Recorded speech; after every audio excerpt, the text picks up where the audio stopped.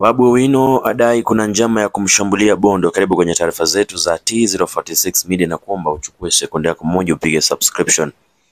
Babu Owino alisema amepata taarifa kwamba kuna hatari zinazomkabili karibu na siku za mazishi ya Raila Odinga. Hakutaka majina ya watu waliohusika wala sababu zao, lakini alisisitiza umuhimu wa mazishi ya amani. Kuna mipango ya kunishambulia kabla ya siku ya mazishi ya baba. Najua waliopo nyuma ya hatari hii. Sala yangu ni kwamba tumpeleke baba mazishi yanayostahili bila vurugu zisizohitajika, alisema Babu Owino.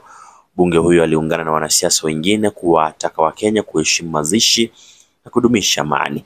Onyo lake linaonyesha mvutano uliopo wakati wa maombolezi ya taifa, huku wengi wakitaka kumheshimu Raila bila usumbufu.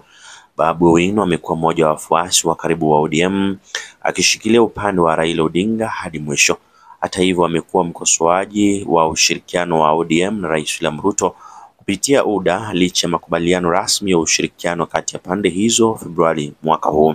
Alipinga mpango wa pande hizo kufanya kazi pamoja, akionyesha kutoridhishwa kwake na mashirika ya kisiasa yaliyokubaliana.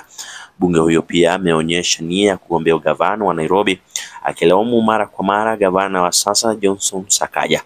Kumbuka Raila Odinga alimuunga mkono Sakaja na kuzuia mpango wa kumfukuza kazi wiki chache zilizopita. Ripoti zinaonyesha kuwa madiwani wa Nairobi kutoka pande zote walikusanya saini za kutosha kumfukuza gavana, lakini hatua hiyo ilikwama baada ya Raila kuingilia kati. Babu anajitokeza kama kiongozi anayeibuka ndani ya ODM.